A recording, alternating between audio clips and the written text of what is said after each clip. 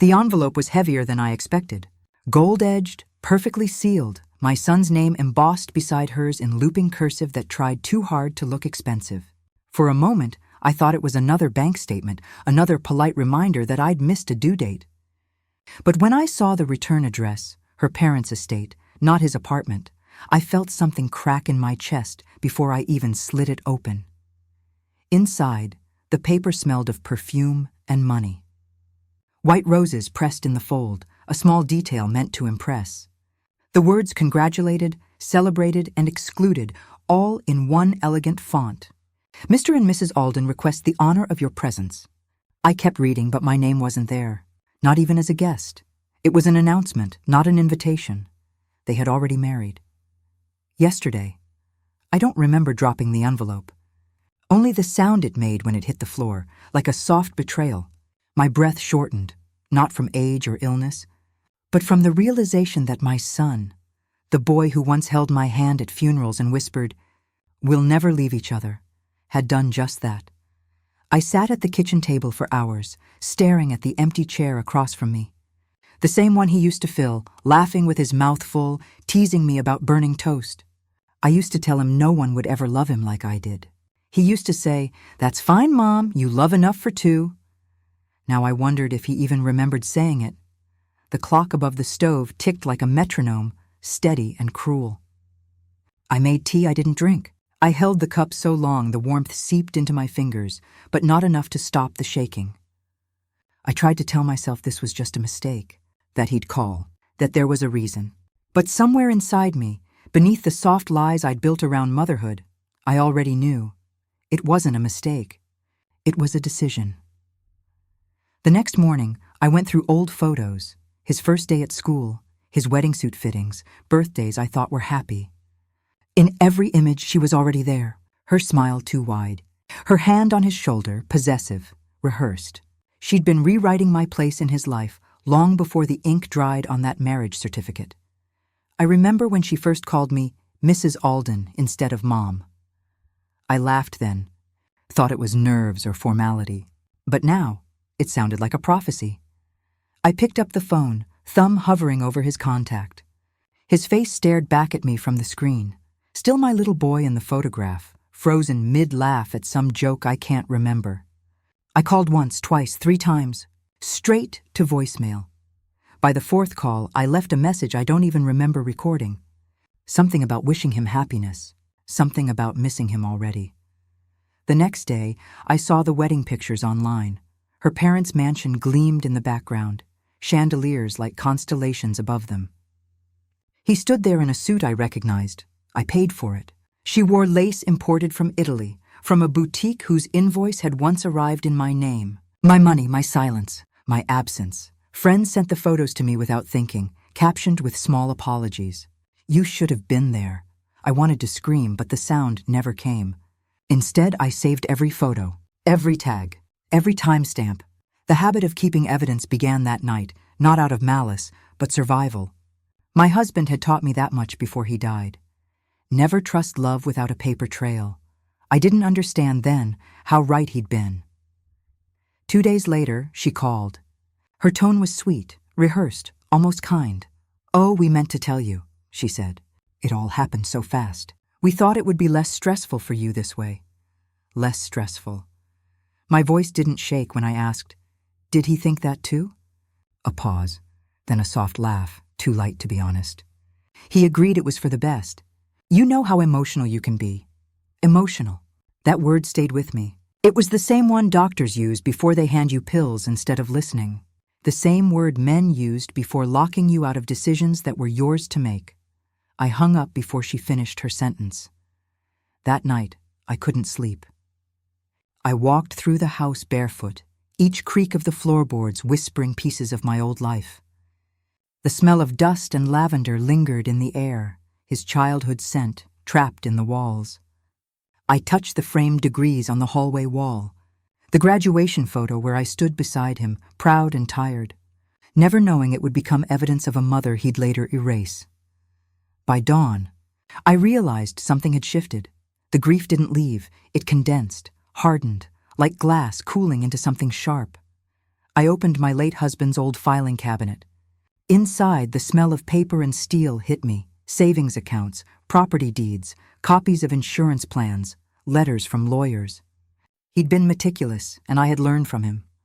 I began sorting through the files, not for nostalgia, but for clarity. For control. The wedding had been a performance. But money, property, names on paper, those were facts. And facts didn't lie. Each document I pulled felt like reclaiming a piece of myself. Birth certificates. Bank statements. The old will my husband drafted after his second surgery. I read every clause, every date, and when I reached the addendum naming our son as beneficiary under certain conditions, my hands went still, provided he remains in good moral standing and acts in good faith toward the family estate. Good faith.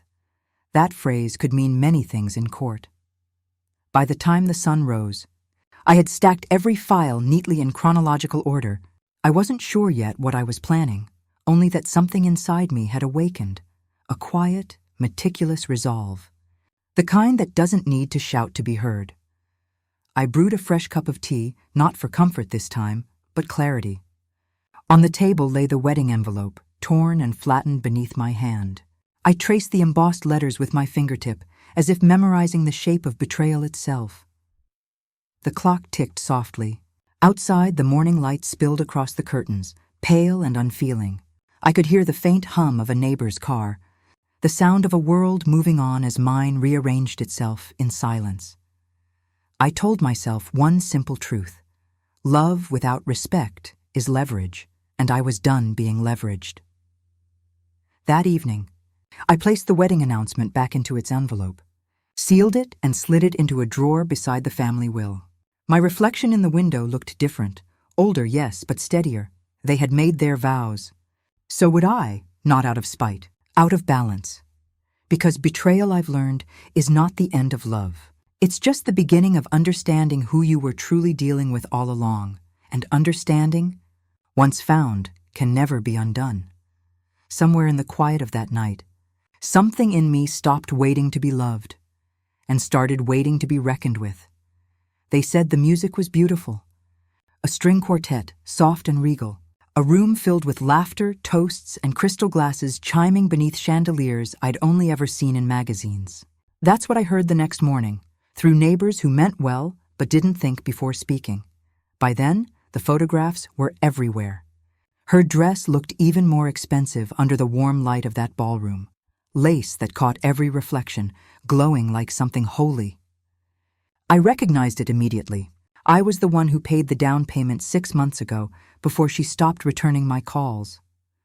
My son's hand rested at her back in every photo. His smile was practiced, just like hers. Not a trace of the boy I raised, only a man who had learned how to perform comfort for an audience. It's strange how public joy can hide private cruelty. I scrolled until my eyes burned. Their first dance, the kiss, the champagne tower spilling light. Her parents, beaming like royalty in the front row, occupying the seat I'd always imagined for myself. I wondered if anyone noticed my absence or if the story had already been rewritten. She wasn't well enough to attend. She preferred not to be there. Lies are easier to believe when they come wrapped in politeness. By afternoon, my phone buzzed with messages I didn't want. Did you see the photos? You must be so proud. She looked beautiful. Pride has a strange taste when mixed with humiliation. It's metallic, dry, and sticks to the back of your throat. I typed replies I never sent, deleted them, then turned my phone face down on the table. Instead, I opened the drawer where the envelope still rested. The gold edges had dulled. The torn seal looked like a wound I kept reopening. I ran my finger over their names again, forcing myself to feel it, really feel it, until the ache sharpened into something cold and deliberate. That evening, I sat outside on the porch with a notebook and a tape recorder. Old habits. My late husband used to document everything. Business deals, client calls, even conversations that seemed trivial at the time. He used to say, "Memory is fragile, but records are eternal." I finally understood him. I began writing. Dates, phone calls. Words said and left unsaid. Every instant she'd spoken for him. Every time money had disappeared from the joint account we once shared. My handwriting was slow at first, uneven, but it steadied as I went. The truth had a rhythm, and I was finally learning how to hear it. Outside, laughter from the neighboring house drifted over the hedge, someone playing wedding songs, maybe without meaning to. I stared into the darkness until my reflection disappeared in the window glass. Then I pressed record. My voice sounded different, hoarse, older, but clear. "Day 1, I said. "After the wedding I wasn't invited to. They think I'll forget, but I've started remembering." 2 days later, I went into town. I didn't wear black like I wanted to. I wore beige and kept my hair neat. People talk less when you look composed. The grocer asked if I'd seen the photos. I smiled. "Of course. Lovely, aren't they?" He nodded, relieved, like he'd passed some invisible test. Then quietly, "I heard her parents paid for everything." That was the first whisper. The second came from the woman at the florist, who leaned closer as she wrapped my lilies. "I don't mean to pry, dear, but I thought you were family." I saw them at the reception. Her parents gave a speech. Very emotional. She called them her true guiding lights. Guiding lights. I thanked her, paid, and left the flowers on the church steps. The irony didn't escape me, leaving purity behind in a place that worships truth. By the time I reached home, I wasn't shaking anymore. I'd stopped expecting honesty from the living. That night, I opened the wedding album again. Every tagged guest, every caption, I saved them all. One post caught my attention. Her cousin had uploaded a short video 30 seconds long of the toast. My son stood up, glass in hand, and said something that froze my blood. "To new beginnings," he said, grinning at the crowd. "To letting go of the past and building the future with the family we choose." The family we choose. The crowd laughed, clapped, raised their glasses. I pressed replay until the sound began to distort, his voice breaking into static. He had chosen. That part was clear. I didn't sleep. I cleaned the house until sunrise instead. I scrubbed the counters, wiped photo frames, dusted shelves. It wasn't cleanliness I wanted. It was control. The illusion of it, at least. When you've been erased, even rearranging furniture feels like resistance. At dawn, I made a list of everything in his name. Joint accounts, the house deed, old investments. My late husband's trust had contingencies, most of which my son had never bothered to read. I knew them by heart. I began photocopying everything, labeling, dating, cross-referencing. Each page I filed brought a faint steadiness to my hands. I wasn't powerless, not yet. That afternoon, I called my lawyer's old office, pretending it was about routine paperwork. The assistant told me he'd retired but left a recommendation. A young attorney named Clara Hensley. "Very sharp," she said, "and very discreet." Discreet. That was what I needed. I wrote the name down on a fresh page in my notebook. Then I recorded another entry. Day 3. They think humiliation ends in silence, but silence can hold records too. Later that evening, the mail arrived. Another envelope, this one without gold edges. A printed photo of the newlyweds from a local paper, tucked inside a note. "Thought you'd like to see this. Congratulations." No signature, just cruelty disguised as civility. I folded the clipping neatly and placed it in my file folder marked Exhibits. I had decided to treat everything like evidence now, because that's what it was. By nightfall, my house no longer felt like a home. It was an archive, a quiet operation center for someone they'd already dismissed. I moved from room to room, testing my memory against their lies. Every gift I'd given, every loan I'd approved, every favor they'd asked under the veil of love. It was all written down now. The act of writing felt less like healing and more like reconstruction. I wasn't patching a wound. I was rebuilding the person they'd tried to erase. Around midnight, I stood by the window, watching the rain trace silver lines down the glass. The streetlights reflected against it, turning each droplet into something that almost looked alive. For a moment, I imagined the reception still happening somewhere, laughter echoing, glasses clinking, her white dress twirling under soft music. But then I remembered the tape recorder on my table, the files stacked in neat, unforgiving order, and I realized the reception had already ended. The celebration was over. What came next would be quieter, colder, but far more permanent. I whispered one final note into the recorder before bed. They danced under chandeliers. I wrote under shadows, but in the end, Both lights fade. When I turned off the lamp, the reflection of my own eyes lingered in the dark window pane. They didn't look like mine anymore. They looked patient, calculating. The night felt like it was waiting for something. Maybe it was waiting for me, because by then, I wasn't mourning anymore. I was listening, and the whispers were starting to sound like clues. It began with a letter from the bank, a polite one, the kind that hides the knife behind fine stationery and embossed logos. It thanked me for updating my contact information and confirmed my joint authorization privileges. The problem was, I hadn't updated anything. I hadn't signed a thing. For a moment, I thought it was a mistake. Banks make them all the time, I told myself, but the date on the letter was the day before the wedding. I called the branch immediately. The manager, a man with a syrupy voice and nervous laugh, told me my son had come in on my behalf. He said the signatures matched. He said the paperwork was already processed. Would you like to schedule an appointment to review it? He asked. Yes, I said, calm and clipped, but my hands were trembling so violently that the pen I held left a black smear across my palm. That night, I opened my husband's old safe. The same one we kept under the study floorboard, hidden behind the rug, its edges smoothed from years of secrecy. Inside were all the things he'd insisted on keeping close: insurance papers, property deeds, investment records, and most importantly, the will, or what should have been the will. It wasn't there. The folder marked Last Will and Testament. Henry Alden had been replaced with a blank manila envelope.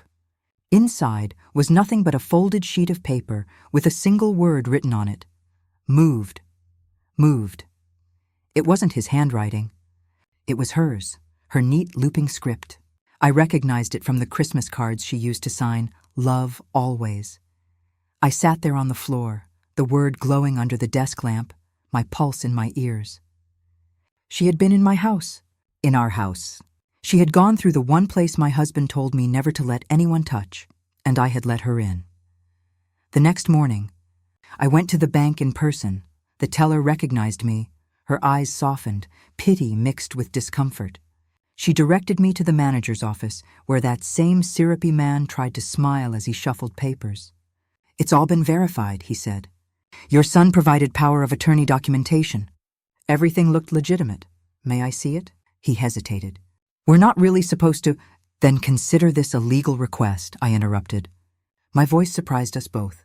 It wasn't loud, but it had weight. The kind that made him stop pretending to be friendly. He printed the form, slid it across the table. I looked at the signature line, my name almost right.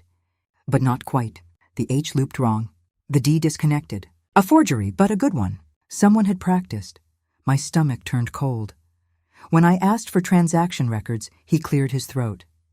Some of the funds were transferred to a private account under shared spousal authorization. It's common when what? He swallowed. When family assets are consolidated after a passing, I smiled thinly. My husband's been gone for 5 years. This consolidation began last month. He had no answer. I spent the rest of that afternoon at the public library. It was quieter there, just the hum of old computers and the faint smell of paper decay. I logged into the joint account using credentials I hadn't touched in years. Half the balance was gone. Several transfers, small, careful, spaced apart, had been made to an account number I didn't recognize, each one authorized by my son's digital signature. At first, I thought maybe she'd convinced him. Maybe he didn't know what he was signing. But when I traced one of the payments through a small investment firm, the contact email was hers. Her maiden name, not even trying to hide it. That arrogance was almost comforting. Arrogant people always left footprints. I went home before sunset. The house felt different now. Not warm, not haunted, just neutral, like it had already decided who it belonged to. I made tea again but didn't drink it. My hands were too busy writing every date, every amount, every discrepancy. I wrote it all down, methodically, like a confession I was forcing from the air itself. My husband used to say numbers don't lie. I think he meant it as advice, not a warning. I didn't cry that night. The tears had served their purpose. What replaced them wasn't rage, not yet, but something quieter, sharper. The kind of calm that comes when mourning finally runs out of places to hide. 2 days later, I found the clue I didn't know I was looking for. An old email thread, one I'd nearly deleted, between my husband and his financial advisor. Attached was a scanned copy of the original will, dated years before his last surgery. In it, he'd left detailed notes about his inheritance structure and an emergency clause that could only be activated by me, not our son, not his spouse, just me. There it was. In his handwriting, in the event of mismanagement, coercion or fraud by any descendant or affiliated party, full fiduciary control reverts to my surviving spouse. He had known. Somehow, he'd known something like this might happen. For the first time in weeks, I laughed. It wasn't joy, it was recognition. The kind of laughter that fills the silence between revelation and revenge. By morning, I had printed 3 copies of the scanned document and placed each in separate envelopes. One went into the safe. The second I mailed to myself, certified, for legal timestamping. The third I hid under a loose tile in the kitchen, because people never look beneath what they walk over every day. I spent the rest of the day calling numbers. The financial advisor, a notary public, and finally, Clara, the lawyer I'd been referred to. Her assistant put me through immediately. Her voice was calm, precise. The kind of voice that cuts through panic like a scalpel. "Mrs. Alden," she said, "I've reviewed your message." This isn't uncommon, sadly. But the forged power of attorney? That changes things. I told her everything. Every letter, every missing document, every transfer. She didn't interrupt once. When I finished, she exhaled slowly. "You said there's handwriting involved?" "Yes." "Good. Handwriting leaves shadows even when erased." She paused. "We'll need to document everything you have. Start from the beginning. And Mrs. Alden, don't let them know you've noticed." After the call, I stood at the window again, watching the light fade across the yard. The world outside looked the same, quiet, polite, oblivious. But inside, something fundamental had shifted. For the first time since the wedding, I felt something close to strength. Not comfort, not hope. Those are luxuries. This was different. This was control. The forged signatures weren't just crimes. They were confessions written in ink, proof that they thought I was too weak to read the fine print, proof that they underestimated the woman who had once balanced every account in this family long before they could even write their own names. I opened my notebook, wrote one last line for the night. They stole the will to erase my husband's voice, but they forgot I still remember how he spoke. Then I pressed the record button. My voice came out steady, deliberate. "Day 7, I said softly. "They think I'm looking for the will. What I'm really finding is motive." And as the recorder clicked off, I realized something I hadn't before, that grief and strategy share the same silence before they speak. Clara's office smelled faintly of lemon polish and old paper, the scent of people who take things seriously. The kind of smell my husband used to carry home after late meetings when contracts were more than signatures. They were promises. Her building wasn't grand. A converted townhouse tucked between a cafe and a clinic, quiet enough that secrets could breathe without echoing. When I first walked in, the receptionist looked at me the way most people do when they see someone gray-haired holding a stack of folders. Polite pity, threaded with condescension. "I have an appointment with Miss Hensley," I said. She hesitated. "Do you mean Attorney Hensley?" "Yes," I said. "Attorney Hensley." The correction landed somewhere between ice and intent. When Clara came out to greet me, she didn't offer her hand right away. She just studied me, not the way a doctor studies symptoms, but the way a chess player studies the board. "Mrs. Alden?" she said. "Come in." Her office was small but alive. Stacks of files along the windowsill, a whiteboard full of color-coded notes, and a single orchid that looked more disciplined than decorative. She motioned for me to sit, and I did, setting my worn leather folder on her desk like a relic. "I'm aware this might sound—" I paused, unsure how to finish. "Old-fashioned." "Evidence rarely is," she said. That sentence, simple, unflinching, felt like the first real kindness I'd received in months. I told her everything. From the forged power of attorney to the missing will, the secret transfers, the word "moved" written in my daughter-in-law's looping script. I spoke quietly, but without breaks, as though the story had been waiting behind my ribs for permission to escape. She didn't interrupt. She just wrote, occasionally glancing up when my voice trembled, nodding as if to steady me. When I finished, she leaned back in her chair, silent for a long time. Then she said, "You know, most people in your position don't come in until it's too late." "You're early." "That's good." "Early?" I asked. "They've already stolen half of it." She smiled, a sharp, deliberate smile. "That just means they've left half the trail." We spent the next hour going over the files. She explained things in plain language. What counted as evidence, what didn't. "Screenshots are a start, but chain of custody matters," she said, sliding a legal pad toward me. "Keep everything dated, labeled, and stored in more than one place. 2 physical copies, 1 digital. And Mrs. Alden, yes? Don't keep them all in your house," I nodded. I already knew that. The safe beneath the floorboards had served me well once, but safety is a story people tell themselves when they still believe in luck. When she finished outlining her plan, she looked up at me. Really looked. "They're counting on you to crumble," she said. "To get confused, to act emotional, to make mistakes. So we'll give them what they expect, just not in the way they think." "How?" She smiled again, softer this time. "By being precise. Confusion leaves fingerprints. Precision leaves traps." That night, I went home and did exactly what she told me. I cleared the kitchen table, spread out every file I owned, and began cataloging everything. Dates, times, amounts, file numbers, contacts. It felt like rewriting history, one paper cut at a time. I created 3 binders.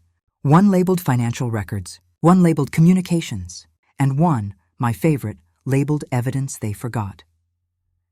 Each time I clipped a document into place, I said it out loud, the date, the event, the name. A ritual, almost a prayer, like giving each betrayal a gravestone so it couldn't haunt me silently anymore. By midnight, my hands ached, but my mind felt clear for the first time in years. I realized then that grief doesn't always look like crying. Sometimes it looks like organization. The next morning, Clara called. "How far did you get?" "Halfway through the transactions," I said.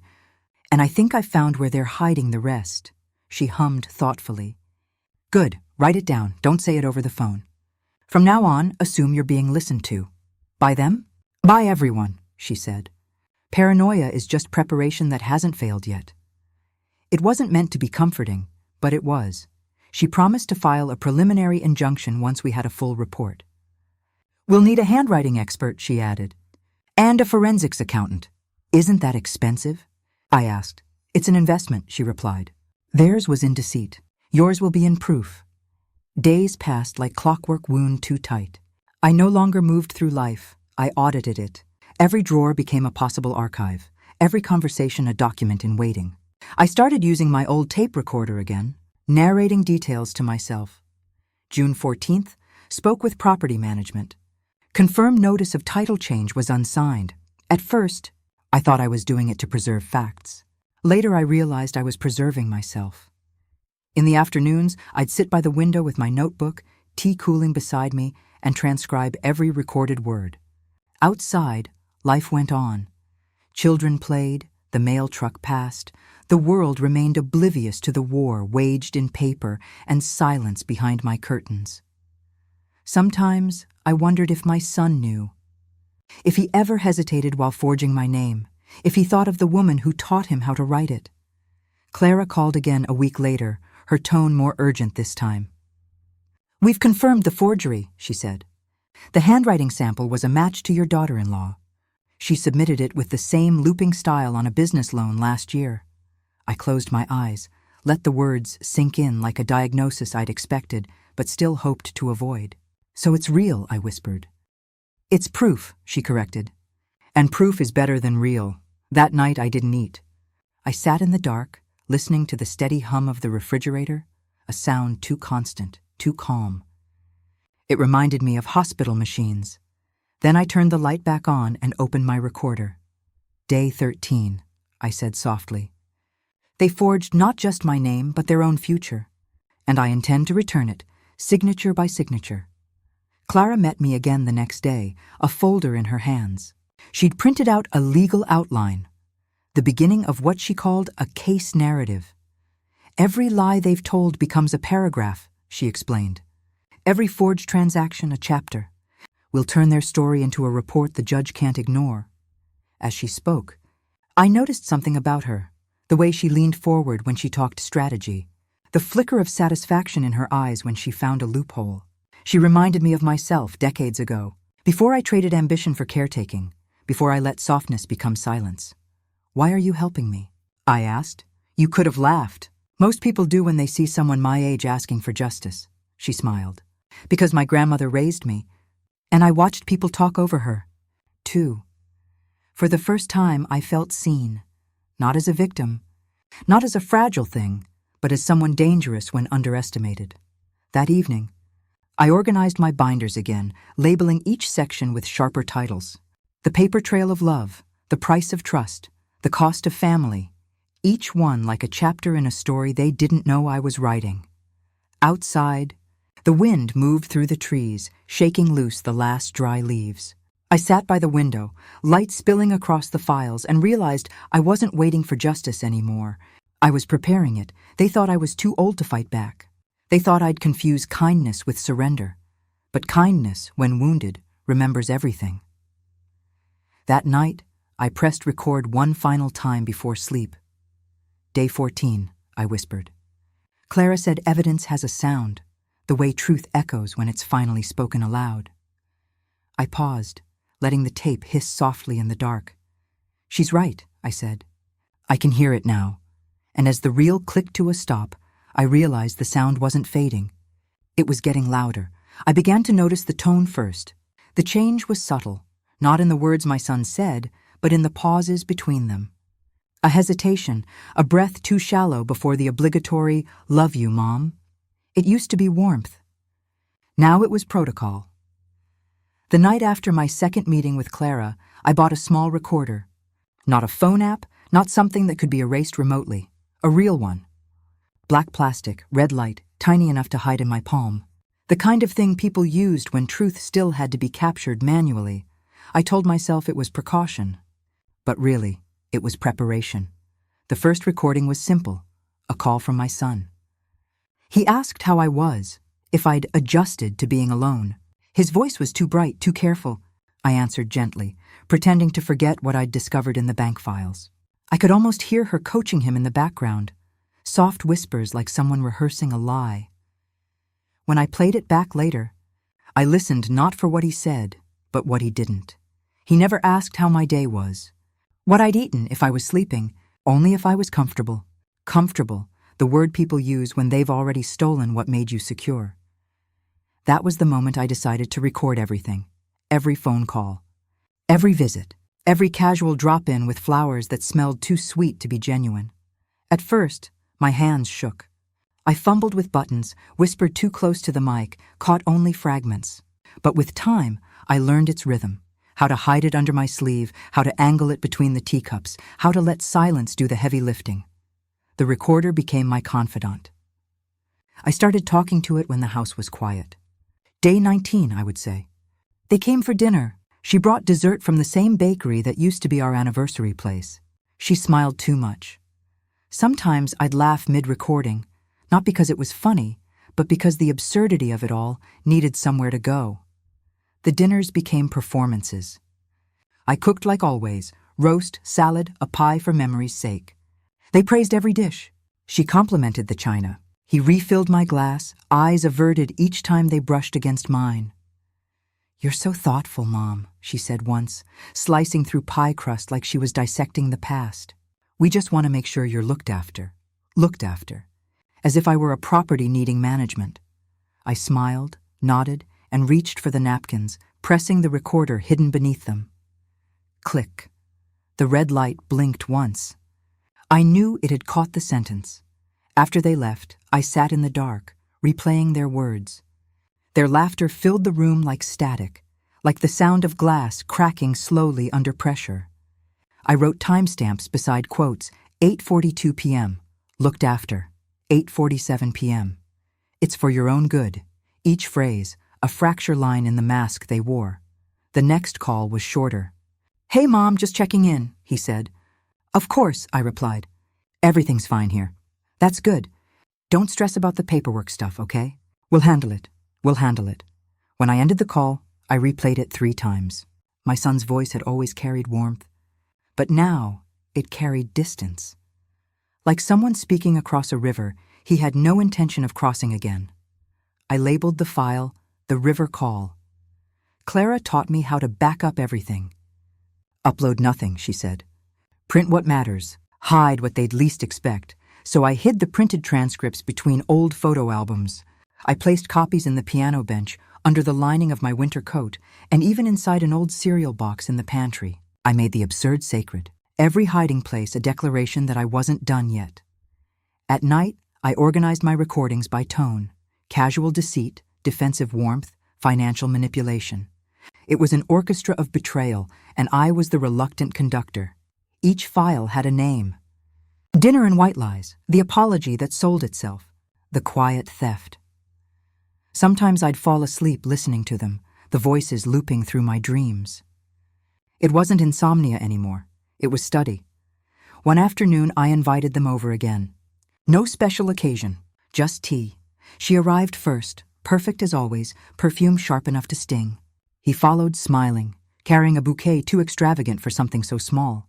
We sat in the living room, the same room where I once read him bedtime stories. I pressed record before they arrived.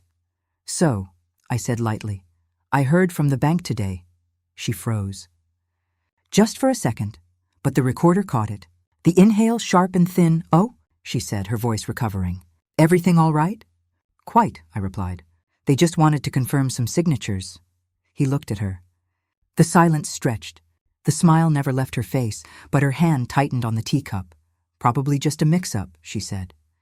"Probably." I echoed. The red light blinked. Once, twice, then steady. After they left, I listened to the recording again. Not for proof, I already had that. I listened for tone, the tremor beneath the surface. There it was, faint but present. The first sound of fear, not mine, theirs. It was the smallest victory, but it felt like exhale after months of suffocation. That night, I sat by the window again, city lights flickering in the distance. The recorder rested beside me, its battery nearly drained, its memory full. I didn't know yet what I'd do with all of it. The files, the transcripts, the moments that made my heart twist. But I knew they were heavy now, weighted with truth. Truth doesn't whisper forever. It builds pressure. It hums beneath the floorboards. It breathes behind doors. And when it finally decides to speak, it makes noise before it destroys. They said I was losing my memory. It started small, offhand jokes, light laughter. "You already told us that, Mom," she'd say, smiling like she was doing me a favor. He'd chuckle along, that low, polite sound people use when they don't want to sound cruel but do. They thought I didn't notice. But I did. I noticed everything. I noticed how they began talking slower around me, like each word had to crawl its way into my understanding. I noticed how they started helping with the bills, with my appointments, with the small routines that kept me tethered to independence. I noticed how my name appeared less and less on envelopes, how the bank stopped sending paper statements and started emailing him instead. They thought age meant weakness. But age, I've learned, is simply experience wearing a disguise. The morning it began in earnest, I made tea with trembling hands, not from nerves, but to sell the illusion. My hand shook just enough for her to notice. "Oh, Mom," she said, taking the cup gently, the picture of concern. "You should let us handle these little things. You don't need to fuss with boiling water," I smiled. "You're right. I forget sometimes." She beamed, thinking she'd scored a quiet victory. Behind my polite nod, I saw the whole scene like a chessboard. Every piece already moving in slow, predictable rhythm. I wasn't losing my memory. I was memorizing them, every gesture. Every slip, every word. That afternoon, I called Clara. "I think it's time," I told her. "For what?" "To let them win." For a little while. There was a pause on the other end, then a quiet exhale. "You're sure?" "Yes, they can't fight what they believe they've already conquered." Clara hesitated. "Then document everything. But keep your responses vague. Let them lead themselves to confession." "Already started," I said.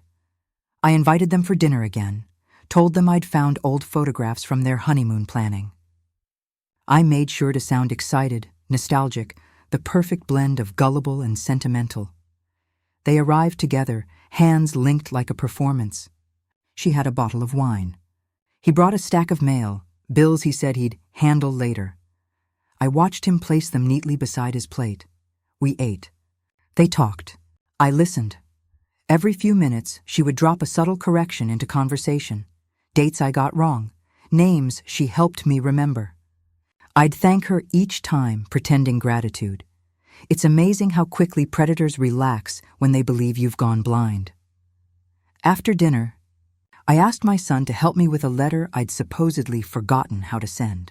It was a bank request, neatly folded, sealed in an envelope I'd left unmarked.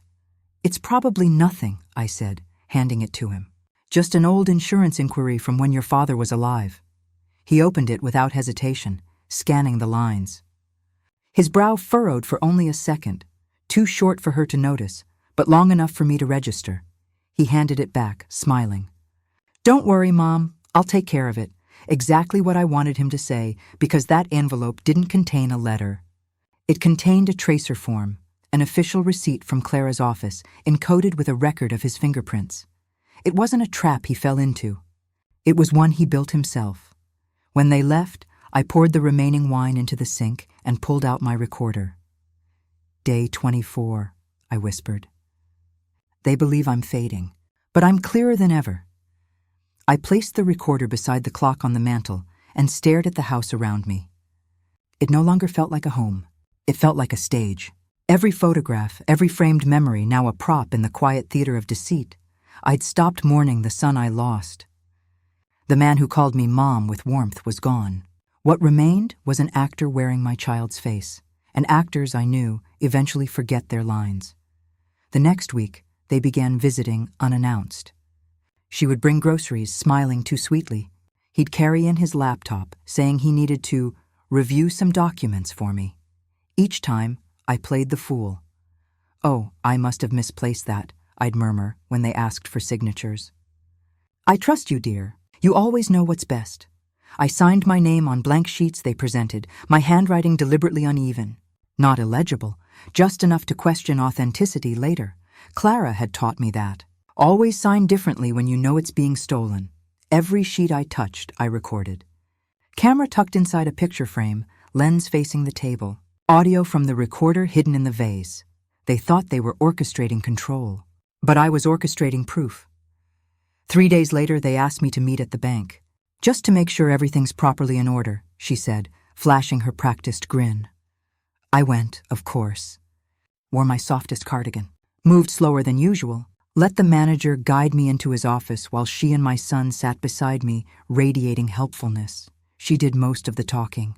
"We just want Mom's finances simplified, you know? So she doesn't have to deal with the stress." I smiled, looking down as though confused by the paperwork. "You're so thoughtful," I said softly. "I trust you both." The manager glanced at me. "Mrs. Alden, are you sure you want to proceed?" "Oh, yes," I replied. "Completely sure." What no one noticed was the small pen clipped to my purse strap. Not a pen at all, but a hidden recorder Clara had given me. It captured every word, every sentence of their manipulation. When the meeting ended, I signed nothing. I let them think I had. I slipped the blank sheets they'd given me back into my purse while pretending to adjust my glasses. By the time we stepped outside, I was smiling. They thought it was surrender. It was checkmate. That night, I sat in my kitchen with the lights off, listening to the recording play back. My own voice sounded tired, small, but steady. Their voices, however, trembled at certain points, rushed through rehearsed explanations, cracked when the manager hesitated. The cracks were widening. Each word became data. Each sigh, a timestamp. Each lie, an entry in the growing ledger of truth I was building. When Clara called later, I told her everything. She didn't praise or pity, just said, "Good, keep smiling.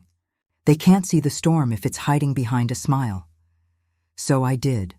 I smiled at every dinner, every phone call. I played the doting mother, the forgetful widow, the harmless old woman whose world revolved around family. But every "I'm so proud of you" was a note in the archive. Every "you've always been so good to me" was a line of bait. They never suspected that the fool they mocked was documenting the fall of their empire. I grew almost fond of the charade. It gave me something close to purpose again. Every nod became a ritual. Every moment of feigned confusion, another turn of the key in a door they didn't know existed. It wasn't revenge yet. It wasn't even anger. It was patience sharpening into precision. Weeks passed, the house filled with hidden truths, envelopes sealed and labeled, flash drives disguised as bookmarks, documents double-wrapped in old birthday cards. Each night, I'd record one sentence before sleep, my nightly vow. Day 31, I whispered one evening. They think I'm fading, but I'm learning how to disappear on my own terms. Some nights, I'd dream of my husband, his calm voice, his steady hands as he'd balance ledgers. I could almost hear him whisper, "Never show them your last move, Eleanor. Make them think it's mercy." I woke up the next morning, knowing he'd been right. The next visit was theirs to regret. They came unannounced again, her voice sugary, his tone sharp beneath it. "We thought we'd go over some estate planning," she said, laying out more papers. I nodded, pretending to search for my glasses. When I accidentally spilled tea over the documents, she gasped, rushing to save them. "Oh, silly me," I said. "Clumsy old hands." "Don't worry," she said tightly. "We'll print new ones." "Yes," I murmured. "Do." She didn't notice the flash drive that slipped from my hand into her purse, already recording. When they left, I walked to the window and watched their car pull away. The smile she wore had begun to crack. My son's jaw was set, stiff with something that wasn't love anymore, something heavier, like guilt or fear. It didn't matter which. Both were useful. I sat back down, turned on the recorder, and pressed the button with a calm I hadn't felt in years. "Day 35, I said quietly. "They think they're teaching me humility, but I'm teaching them history. They just don't know which lesson they're in yet." The recorder clicked softly, like the heartbeat of something inevitable. Outside, the night wind shifted, brushing against the window like applause. I didn't clap back. I just smiled, tired, steady, certain, because the truth was finally heavy enough to pull everything down, and for the first time, I understood the power of pretending to be small, because only fools are underestimated long enough to end the game in silence. It's remarkable how greed makes people bold. By late autumn, they'd begun parading their success through charity events, gala dinners, fundraisers, silent auctions. Each one another staged to display what they had taken. My husband's name was on the banners, my son's signature printed on the sponsorships, and her face, always her face, beamed from every photograph, draped in the kind of confidence only stolen money can buy. It wasn't rage that carried me there that night. Rage burns too fast. This was something colder, deliberate, the temperature of justice. The invitation arrived in gold foil, same as the wedding notice that had started it all. A coincidence too perfect to ignore, the annual Alden Foundation benefit, celebrating New Horizons. New Horizons. The words made me laugh. They'd rebranded my husband's scholarship fund, a program meant to support underprivileged students, into a networking platform for donors and executives. I wasn't supposed to be invited, but public courtesy demanded appearances. And besides, they needed me to smile for the cameras. I RSVP'd that same afternoon. With pleasure. Clara helped me plan. "You have one chance," she said, laying out the files. "If this is how you want them to see the truth, then make it impossible to unsee." "I don't want a scandal," I told her. "I want a lesson," she smiled faintly. "Then we'll make it educational." The gala was held in the ballroom of the Westview Hotel, the same place my son once took his prom date. The irony was almost poetic.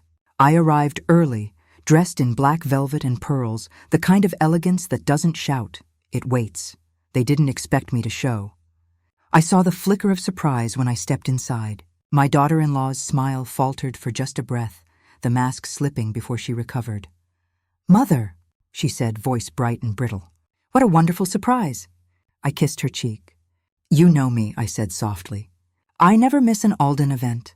Her perfume smelled like white lilies and control. My son joined, flustered but polite. "Glad you could come, Mom," he muttered. "Of course," I said, eyes meeting his. I wouldn't want to miss the celebration of our family's legacy. He didn't know I meant mine. Dinner passed in a blur of chatter and champagne. The air buzzed with money and self-congratulation.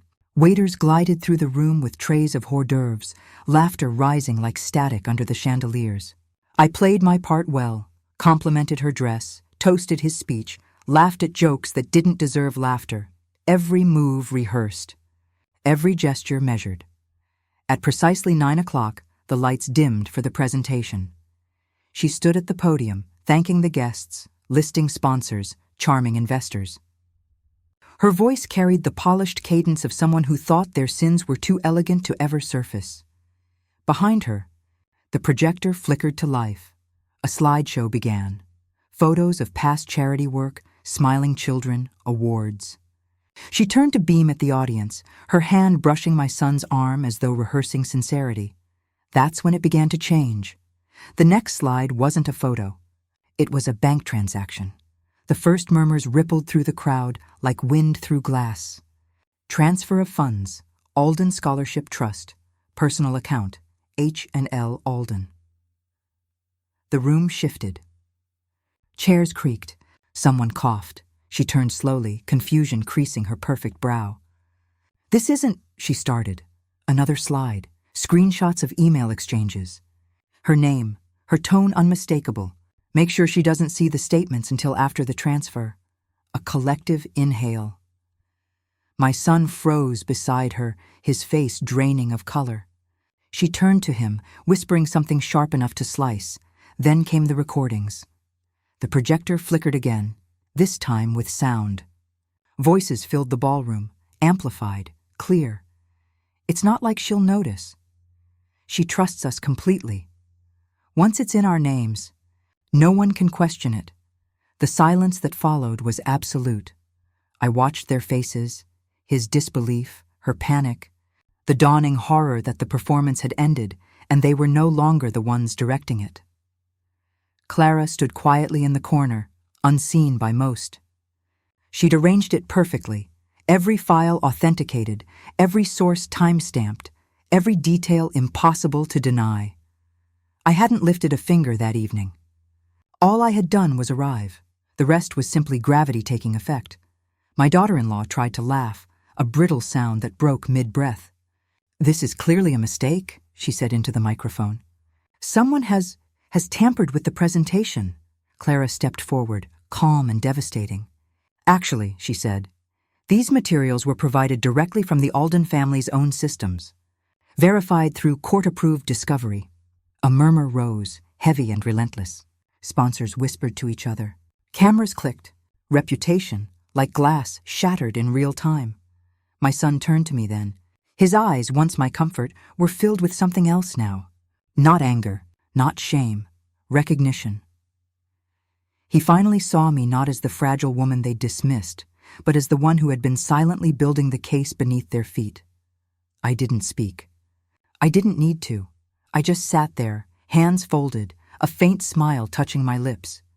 The applause began awkwardly, one table then another. Polite, hesitant.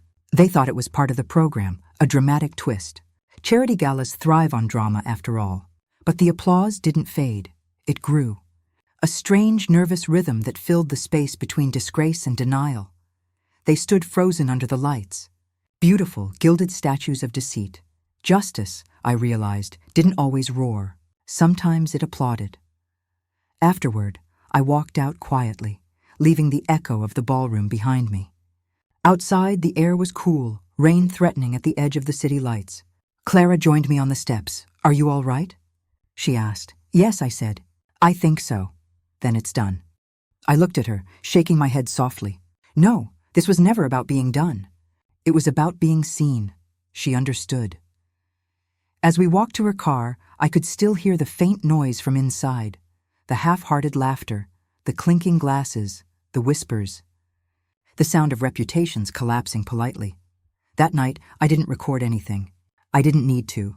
The entire city had witnessed my confession for me. Instead, I sat by the window with a cup of cold tea and the faintest smile.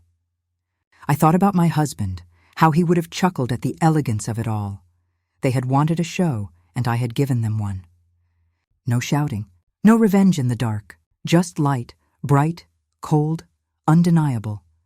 And as the projector flickered off and the applause lingered behind me, I understood something I never had before. Truth doesn't need vengeance. It only needs an audience. That night, as the rain finally began to fall, I realized elegance and justice share the same silence. The quiet that comes after everyone else has stopped pretending not to see. Courtrooms do not echo. Sound dies differently there, absorbed by polished wood, velvet curtains, and the unspoken weight of judgment. The air itself holds its breath. You can feel it in your skin, that quiet pulse of consequence waiting to take shape.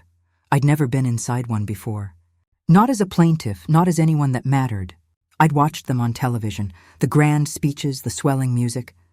But the real thing was smaller, crueler, quieter, and colder.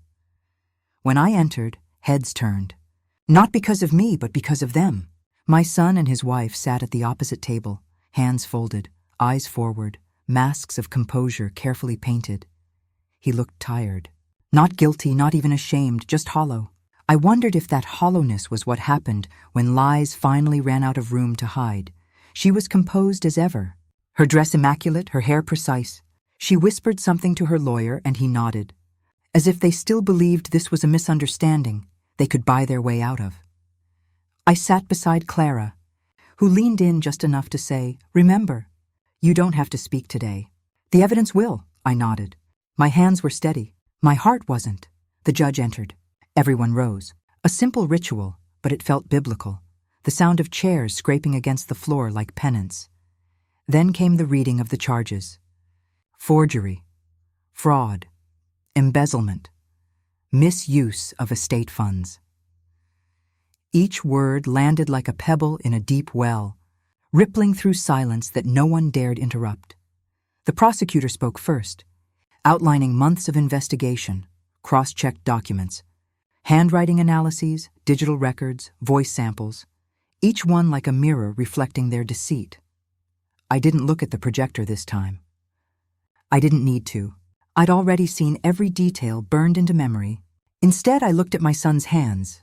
They were clasped tightly, knuckles pale, his wedding band glinting under the fluorescent lights. He didn't look back. When it was Clara's turn, she stood with calm precision.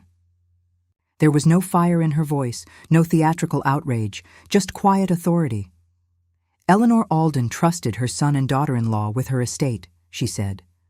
They repaid that trust with deception.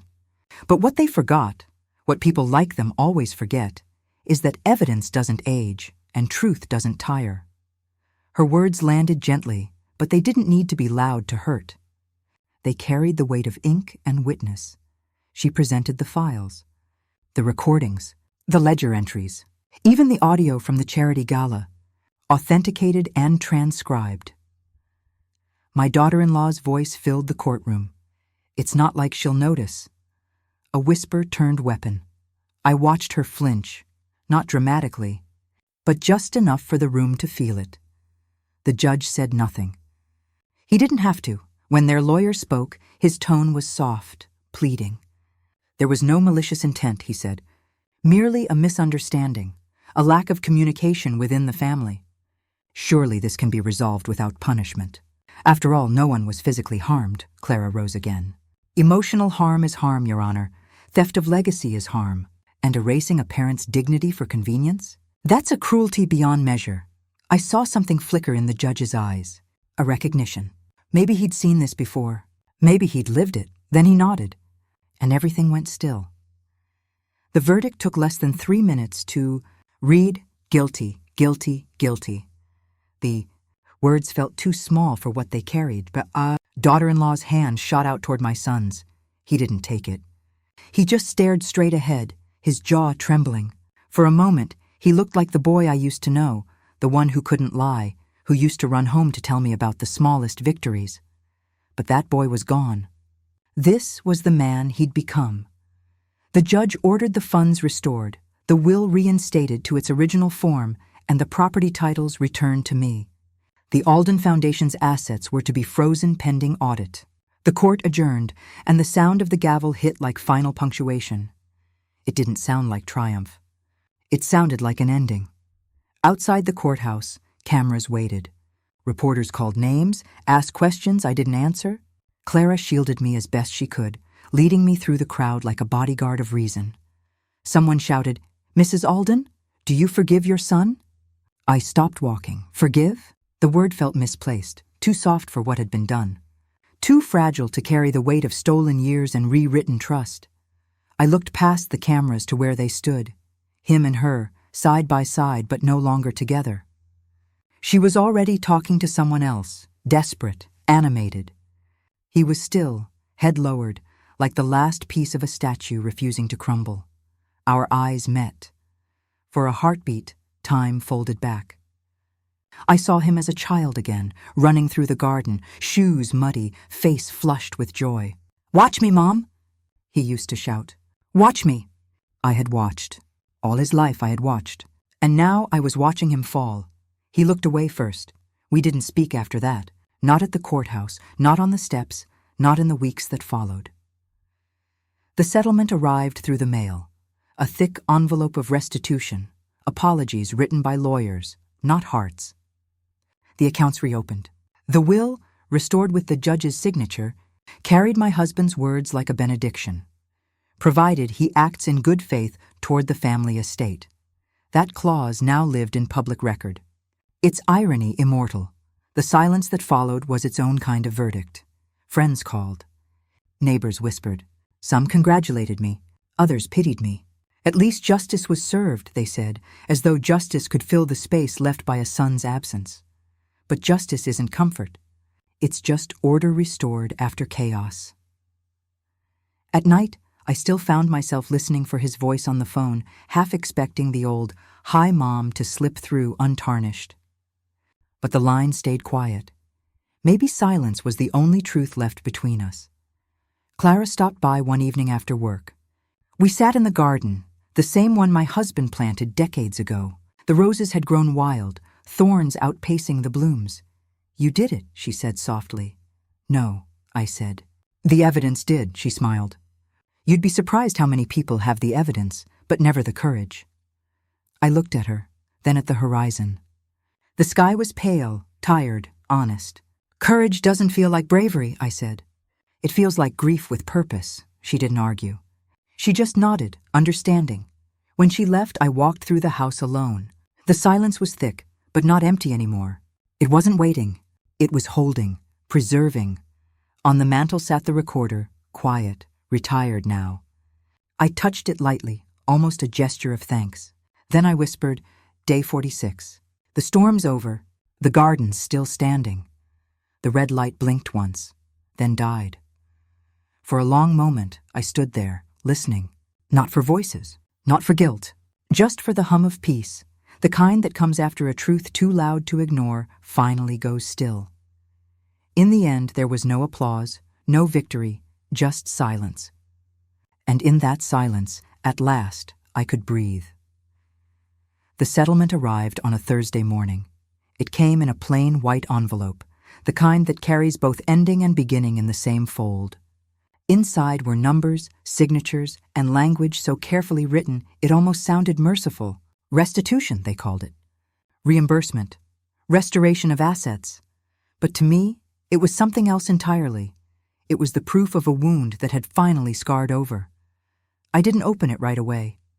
I just held it in my lap, staring at my name typed neatly across the front. The last time I'd seen it printed that cleanly, it had been on my husband's will. The first version, the honest one. I remembered the way his pen had trembled slightly when he signed his name beside mine, the way he smiled after, proud, certain, and then I remembered the forgery. The copy, the theft, the laughter of those who thought I'd never see the difference. The irony of receiving a letter to make things right didn't escape me. Justice had come, yes, but justice never truly fixes what's been broken. It just rearranges the pieces so they can stop cutting you when you reach for them. Clara came by that afternoon. She didn't knock. She never did anymore. She'd become something between a friend and a daughter, though neither of us said it out loud. She poured herself tea and sat across from me, her briefcase open, but untouched. "It's official," she said. "Everything's closed. The judge signed off this morning." I nodded, sliding the envelope toward her. "Then I suppose this is mine again." "It's not just yours," she said gently. "It's what they took from you. And what you took back." Her tone carried no triumph, only steadiness. I appreciated that. The world loves to romanticize revenge, to make it a kind of catharsis. But Clara understood the truth. Revenge is just the middle of the story. What comes after is what defines you. "I don't want it," I said finally. "Not all of it. You don't have to decide now, but I already had." That evening, I sat by the fire with the ledger open, not the legal one, but my own. The book where I'd written every date, every transfer, every betrayal. Its pages were stiff with ink and memory. At the end of it, beneath the last entry, I wrote a single sentence. "The last act of power is not to punish, it's to build." Then I picked up the phone. I called Clara first, then the local community center, then the senior advocacy office downtown. By midnight, I had spoken to 4 different organizations. By dawn, I had a plan. I named it the Alden Foundation for Dignity. The irony wasn't lost on me. The same name that had been used to launder my husband's legacy would now restore it. Only this time, it would serve the people who needed it most, the ones who had no Clara. No lawyer, no evidence, no voice. When the paperwork was ready, Clara helped me draft the mission statement. To protect the vulnerable from familial exploitation through education, legal aid, and collective strength. It was clinical, dry, perfect. I wanted it to sound official, not sentimental. Sentiment was what had blinded me before. This time, I wanted precision. We filed the documents together. When the clerk asked for the initial funding amount, I told him to enter nearly everything from the settlement. He blinked, hesitated, then said, "You know you don't have to give it all away." "I know," I said. "That's why it matters." The following weeks passed quietly. I didn't see my son or his wife again. There were rumors, of course. Whispers about bankruptcy, separation, their names quietly removed from certain business ventures. I didn't seek confirmation. You can't heal by watching someone else's punishment. You just learn how to live without needing it. But sometimes, late at night, I'd still think of him. The boy he was, not the man he became. The way he'd fall asleep on my shoulder during storms. The way he'd whisper, "Don't worry, Mom. I'll protect you someday." He had, in a way. Just not the way either of us imagined. The first person who came to the foundation wasn't a stranger. Her name was June, a widow from 2 streets over.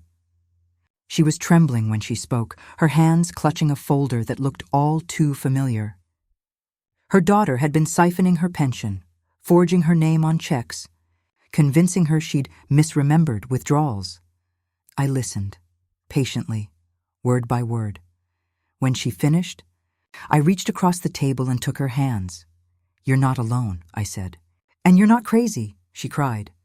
Not loudly, just the quiet, exhausted kind of crying that happens when someone finally believes you. That night, I stayed late at the office, organizing her documents, marking dates, planning the legal steps. I found myself smiling, not because of satisfaction, but recognition. I'd seen this story before. I had lived it. Now I could rewrite it for someone else. As the months passed, more people came. Men and women, some barely in their 60s, others in their 90s. All with the same soft-spoken shame. Each of them carried a different kind of theft. A son, a niece, a caregiver, a friend. Betrayal wore many faces, but the damage was always the same. Clara visited often, helping me handle the growing caseload. She said the foundation was gaining traction. Donations were coming in. A local newspaper wanted to feature my story. I declined. "The work is the story," I told her. "No need to make it personal again." But she smiled knowingly. "It already is, Eleanor." One evening, months later, a small envelope arrived. No return address, just my name. Inside was a single folded note and a photograph. The note read, "I don't deserve forgiveness, but I wanted you to know I'm trying." The photo was of my son, standing outside what looked like a small office, financial counseling for families of conviction. The nameplate read, Henry Alden, Jr. I sat there for a long time, the paper trembling in my hands. The tears came slowly, quietly, like an echo of something I thought had already dried up. I didn't write back. I didn't need to. Some apologies don't need an answer. They just need space to breathe. That night, I returned to the Foundation's office and sat by the window. The city lights flickered beyond the glass, reflected faintly in the photos of our first clients on the wall. I thought about all the faces I'd seen, the fear, the exhaustion, the hesitant gratitude. I whispered softly into the quiet. We're all just rebuilding from ashes. The wind outside rattled the blinds gently. Like agreement, Clara visited again a week later. We reviewed files, discussed upcoming cases, sipped tea from mismatched mugs. Before she left, she said something that stayed with me. You know, Eleanor, revenge built your fire, but purpose is what keeps it burning. After she left, I walked through the empty office, fingertips grazing the framed mission statement on the wall. It no longer felt like a monument to pain. It felt like a promise. I turned off the lights, closed the door, and paused before stepping out into the night. I looked up at the stars, faint but persistent, scattered like small proofs that light always finds a way back through the dark. For the first time, I didn't feel old. I didn't feel wronged. I felt alive, necessary, part of something larger than hurt. The past would always be there, etched into court records and bank ledgers. But from those same ashes, I had built something that breathed, something that taught. And as I locked the door behind me, I realized I wasn't closing anything at all. I was simply opening the next chapter. Time doesn't heal all wounds. It just teaches you how to live around them. Years passed after the verdict. The Foundation grew, first quietly, then steadily. My days filled with other people's stories, their betrayals, their recoveries, their quiet victories. Somewhere in that rhythm of helping, my own pain softened, faded from a roar to a hum. But even as life moved forward, one part of me remained still. The part that waited, I used to imagine it, the apology. Not a grand confession, not tears or kneeling remorse, just a moment. My son looking at me and saying, "I'm sorry, Mom, I was wrong." Simple words, impossible weight. I told myself that when it came, I would forgive him, and that forgiveness would be my final peace. But years have a way of teaching you that peace doesn't wait for permission. It was late autumn again, like the season when it all began. The leaves outside the Foundation office had turned gold, the color of endings disguised as beauty. I was finishing paperwork when Clara came in, a look on her face I hadn't seen in years, hesitant, almost careful. "There's someone here to see you," she said. I didn't ask who. I already knew. When I stepped into the waiting room, the air shifted. My son stood there, older, thinner, his hair threaded with gray. His suit hung loose, his tie uneven. The arrogance I'd once hated was gone. What replaced it was something quieter. "Mom," he said softly.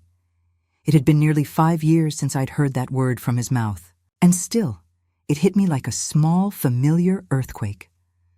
"Henry," I said, my voice steadier than I felt. "You look well," he smiled faintly. "You don't have to pretend."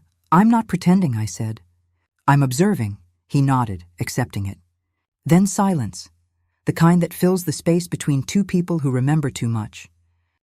We sat across from each other in my office, the same room where countless others had come to tell their stories of betrayal.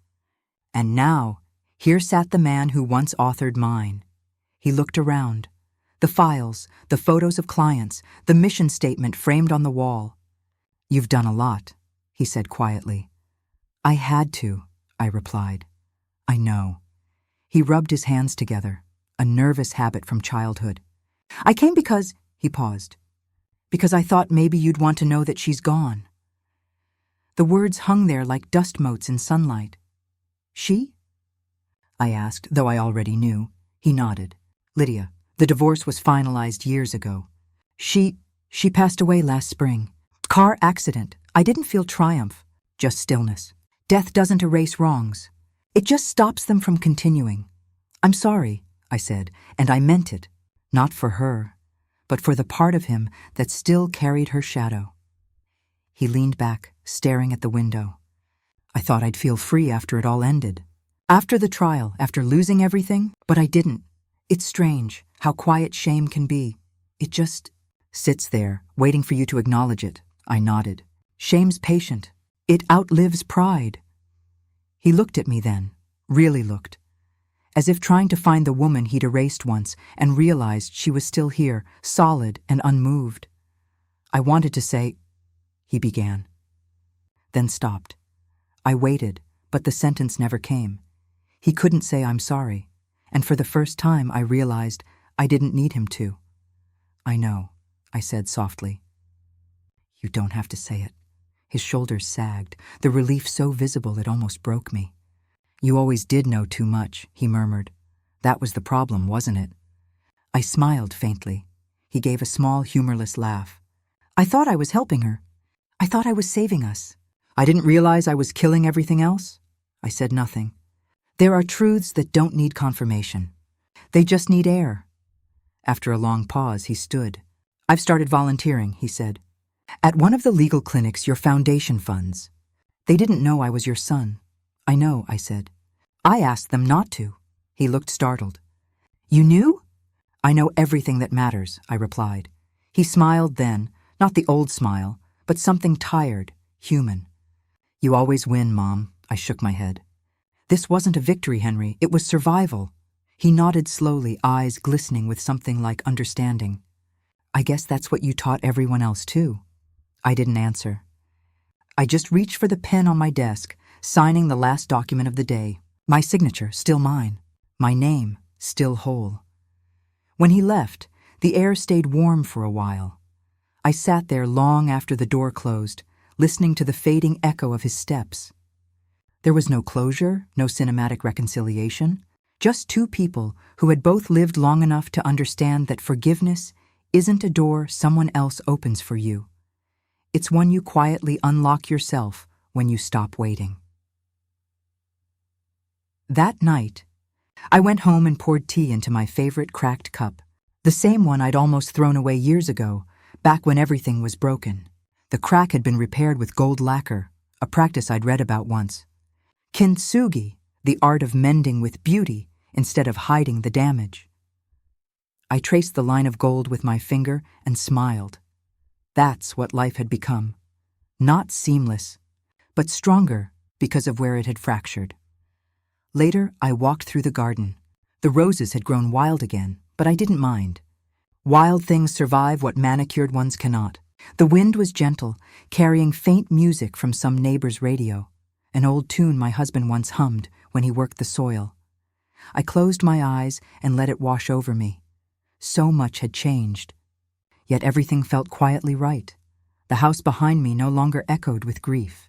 The walls no longer whispered with betrayal. They carried only memory now, heavy, honest, lived in, and inside that memory was peace. Sometimes people still asked if I'd ever see him again. If we'd reconcile properly, as if justice required a bow to count as complete. I told them I didn't know. Maybe we would, maybe we wouldn't, but it didn't matter. The truth was, I no longer needed an apology to know who I was. I'd already forgiven myself for trusting too much, for loving too blindly, for believing family meant protection instead of proof. What I reclaimed wasn't vengeance or money or victory. It was something quieter, deeper, dignity. And dignity, once found, doesn't beg for acknowledgement. It simply stands. Before bed, I recorded one final entry, the last in a series that had once begun with pain and ended with peace. Day 100, I whispered. They didn't apologize. They didn't have to. Some stories end not with forgiveness, but with understanding. Mine did. I paused, listening to the gentle hum of the recorder, the soft, familiar static that had followed me through every stage of this war. Maybe that's all legacy really is, I said softly. Not what they take, or even what they return, but what you rebuild after they're gone. The red light blinked once, steady and sure before fading to black, and as I turned off the lamp, the quiet wrapped around me, not as emptiness but as proof. Proof that dignity once reclaimed never dies quietly.